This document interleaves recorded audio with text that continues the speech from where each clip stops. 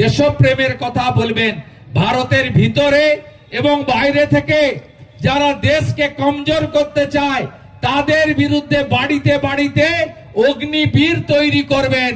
যদি পাহেলগামের মতো ঘটনা ঘটে, অপারেশন সিঁদুরের মতো প্রয়োজন হয়, সতীশ বাবুর ডাক শুনে যেমন, গান্ধী বুড়ি মাতঙ্গিনী হাজরার ডাক শুনে যেমন মেদিনীপুরের ছেলেরা রাস্তায় নেমেছিল, ছেলে মেয়ে সবাই দরকার হলে সীমান্তে যাব, আর সীমান্তের এপারে ভারতে যারা খাচ্ছে, ভারতে যারা ঘুমাচ্ছে, যারা এখানে বসে পাকিস্তানের গুণগান করছে, তাদেরকে একেবারে আমরা আমাদের গায়ের কথায় বলে গেড়ু উপড়াতে হবে, শিকড় তুলে ফেলে দিতে হবে।